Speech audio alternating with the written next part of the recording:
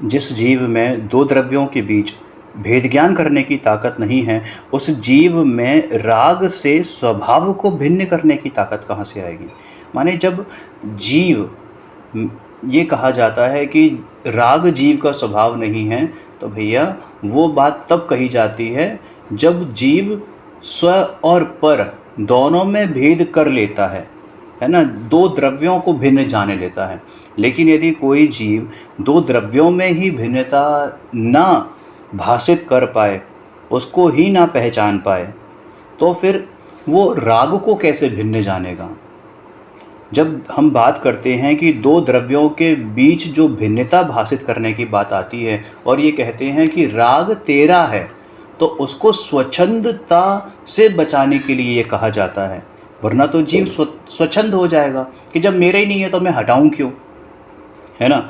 तो वो स्वच्छंदता से बचाने के लिए उसको ये कहा जाता है कि ये जो दो द्रव्यों के बीच भिन्नता भाषित कराने के लिए और साथ में स्वच्छंदता से बचाने के लिए कि भैया तू राग तेरा ही है, तेरी ही कमज़ोरी है, ठीक है ना। लेकिन जब उसे ये पता चल जाता है कि हाँ ये स्वपर भेद विज्ञान मेरा हुआ, ठीक है ना, अब जब हम अंदर में बात करते हैं तो अंतरंग में जो ये भेद हैं वहाँ से दृष्टि हटाने के लिए, अपने दृष्टि के विषय की तरफ दृष्टि लाने के लिए, तब ये कहा जाता है कि राग तेरा नहीं है। यानी ध्रुव की जब बात आती है ना, अंदर राग से भिन्न ज्ञायक स्वरूप चैतन्य स्वभावमय अतीन्द्रिय आनंद कंद भगवान आत्मा विराजता है और उसी का आश्रय करने से धर्म की दशा उत्पन्न होती है। कोई ये कहे कि धर्म कैसे होगा, तो भैया धर्म का तो सिर्फ एक ही मार्ग है कि अपने ज्ञायक भगवान आत्मा की ओर दृष्टि करना। आचार्य भगवान कहते हैं कि व्यवहार से या राग से, विकल्पों से धर्म की दशा उत्पन्न नहीं हो सकती। अब यहाँ पर आप बिंदास होकर ये प्रश्न खड़े कर सकते हो कि सम्यक दर्शन होने के बाद जो अवृत के परिणाम होते हैं वे चारित्र मोह के कारण होते हैं ना? भाई साहब नहीं, ऐसी बात नहीं है, क्योंकि सम्यक दर्शन होने के बाद जो अवृत के परिणाम हैं वो चारित्र मोह के कारण नहीं है, ऐसा आचार्य भगवान कहते हैं। देखो इसमें एक उदाहरण आता है, कृष्ण जी थे, कृष्ण जी की जब मृत्यु हुई तो उनके भाई बलदेव, और ऐसे ही हम रामचंद्र जी का भी उदाहरण ले सकते हैं, रामचंद्र जी और उनके भाई लक्ष्मण जी, ये दोनों ही यानी बलदेव और रामचंद्र जी दोनों ही अपने भाई की लाश को, अपने भाई के मुर्दा शरीर को, है ना, 6 महीने तक अपने कंधे पे ढोते रहे, 6 महीने तक, है ना। हालांकि उस समय उनके चारित्र मोह का उदय था, कोई इनकार नहीं है इससे। फिर भी अगर कोई ये समझे कि उस चारित्र मोह के कारण ऐसा भाव आया तो ये गलत है, क्योंकि चारित्र मोह का उदय वो पुद्गल और उनका स्वयं का वो भाव वो जीव, तो पुद्गल और जीव में तो कैसा भाव है, कैसा अभाव है, अत्यंत अभाव है। वह भाव जो उनको आया वह भाव स्वयं उनके तत्समय की उपादान रूप योग्यता के कारण से आया था। चारित्र मोह का उदय वहाँ था तो अवश्य, लेकिन मात्र निमित्त की अपेक्षा से था, वहाँ केवल वो उपस्थित था। चारित्र मोह के कारण वो भाव उनमें आया ऐसा नहीं है। और यही कारण है कि सम्यक दर्शन होने के बाद मुनि दशा हो ही जाए तुरंत, तो इसका कोई गारंटी नहीं है। हाँ, ये बात अवश्य है कि मोक्ष मार्ग में मुनि दशा आएगी अवश्य, लेकिन मात्र मुनि दशा से मोक्ष हो या मोक्ष मार्ग हो ये नहीं है, ऐसा नहीं है, ठीक है।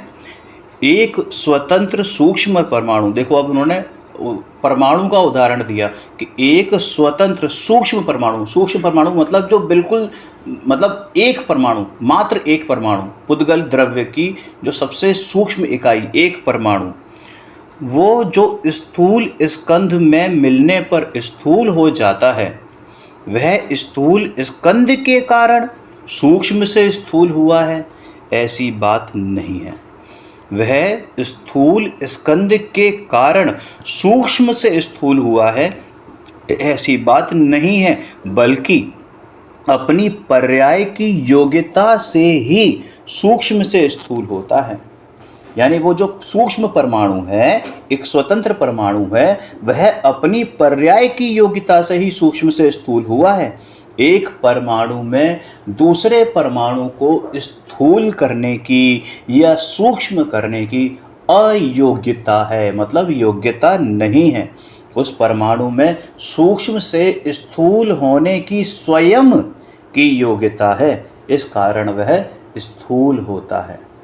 मेरे पास, मैंने बहुत मेहनत करी, 5 लाख रुपए पर मंथ कमाता हूँ, 10 लाख रुपए पर मंथ कमाता हूँ। भैया वो पैसे तेरी मेहनत से नहीं आते, वो पैसे आते हैं उन पैसे रूपी परमाणु, उन पैसे में जो परमाणु हैं, प्रत्येक परमाणु, वो जो रुपया है वो है तो पुद्गल की पर्याय है ना, तो वो पुद्गल की अपनी स्वयं की योग्यता से आते हैं, उनकी स्वयं की क्रियावती शक्ति के कारण आते हैं, तब वो क्षेत्र से क्षेत्रांतर होते हैं। उनकी खुद की उस समय की योग्यता होती है कि वो तेरे पास आते हैं। हाँ, ये अवश्य हो सकता है कि उस समय तेरा पुण्य का उदय हो तो, और उसी समय उनकी वहाँ पर आने की योग्यता हो, और साथ में तेरा वैसा भाव, तेरा वैसा भाव।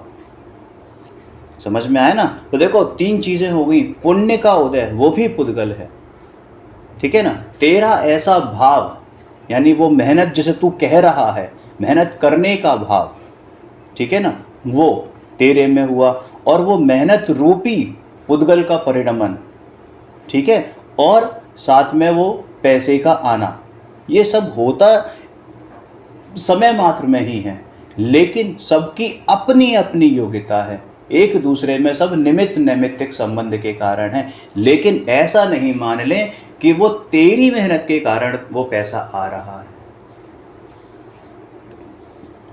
राग से आत्मा को लाभ होता है, और कोई ये कहे कि व्यवहार करते करते निश्चय हो जाएगा, कोई ये कहे कि राग से आत्मा को लाभ होता है। यहाँ राग वो नहीं है जो हम अशुभ राग करते हैं, यहाँ राग का मतलब जो प्रशस्त राग है, जो देवशास्त्र गुरु के प्रति राग है, जो स्वाध्याय करने का राग है, जो जिनवाणी श्रवण करने का राग है, उससे कोई ये समझे कि आत्मा को लाभ हो जाएगा या व्यवहार करते करते निश्चय हो जाएगा, यह मान्यता ही मिथ्या दर्शन है। समझ में आ गई ना बात? राग तो करे जीव स्वयं और आरोप मढ़े कर्मों के सिर। अरे ये सरासर अनीति है, और हमारी शुरू से ही आदत रही है कि अपनी गलतियों पर पर्दा डालें और दूसरे के मत्थे मढ़ दें। श्रीमद जी तो कहते हैं कि तेरा संसार तेरे ही अपराध से है, और तेरा अपराध इतना ही है कि तू अपने को भूलकर पर को अपना मानता है। वो तो सम्यक दृष्टि अनुभवी पुरुष थे, उन्हें अल्पकाल में ही मोक्ष जाना है, और क्षम शक्ति गजब की थी। उन्होंने बहुत संक्षेप में ये कहा कि जीव अपने ही अपराध से इस संसार में रखड़ता है, कर्मों के कारण नहीं। हम अपनी गलती का ब्लेम दूसरे पर नहीं लगा सकते। भैया दिगंबर संतों ने अलौकिक बात कही है। मिथ्या दर्शन, अज्ञान, अवृत्ति इत्यादि जो भाव है ना, वो चैतन्य के विकार मात्र से जीव के द्वारा भाए जाते हैं, यानी जीव ही हैं। विकार मात्र से यानी अपनी विकृत अवस्था से जीव में विकार हुआ है, किसी पर द्रव्य के निमित्त से नहीं। समझ में आया? अब यहाँ पर प्रश्न आ सकता है कि मोह कर्म के तीव्र उदय के कारण जीव धर्म नहीं कर सकता। अब ऐसा जो कथन आता है उसका क्या अभिप्राय है, क्या मतलब है इसका? यानी जो दर्शन मोह का है या चारित्र मोह का है, या सिर्फ मोहिनी कर्म मान लीजिए, मोहिनी कर्म के तीव्र उदय के कारण जीव धर्म नहीं कर पाता। साहब क्या करें, इस समय इतना कर्म का उदय चल रहा है ना, धर्म हम कर ही नहीं पा रहे।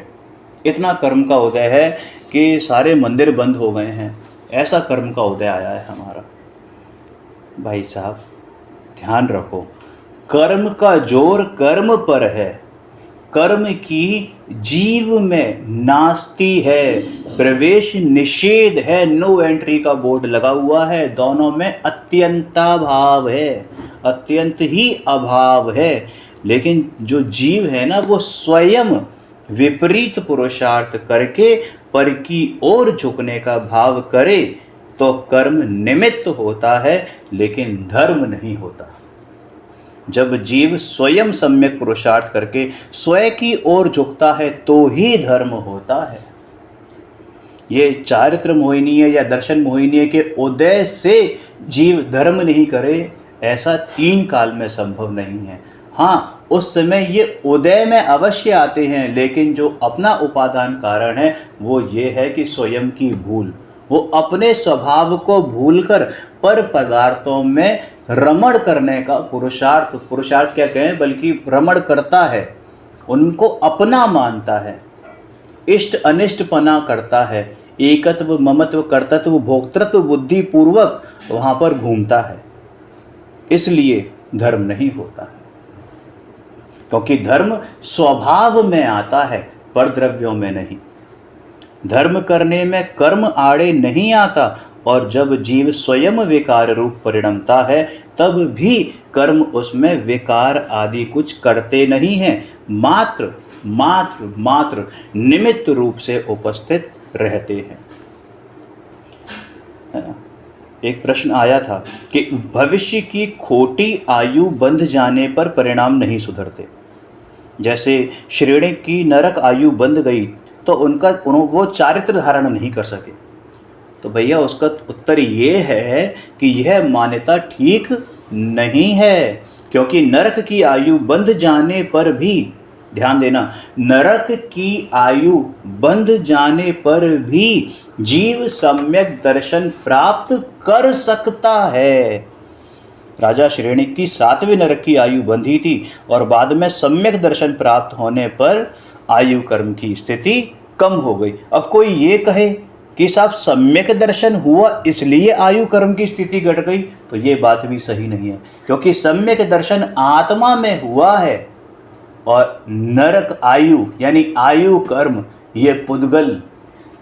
तो सम्यक दर्शन आत्मा का स्वभाव और आयु कर्म पुद्गल की पर्याय। सम्यक दर्शन आत्मा की पर्याय और आयु कर्म का घटना बढ़ना ये पुद्गल की पर्याय। पुद्गल कर्म है ना आयु कर्म, तो दोनों में तो अत्यंता भाव है, तो एक दूसरे का कार्य कैसे कर सकता है भैया। सम्यक दर्शन प्राप्त हुआ और उसी समय आयु कर्म अपनी ही योग्यता से घटा, उसका जो अनुभाग था वो अपनी ही योग्यता से घटा, उसकी जो स्थिति थी वो अपनी ही योग्यता से घटी।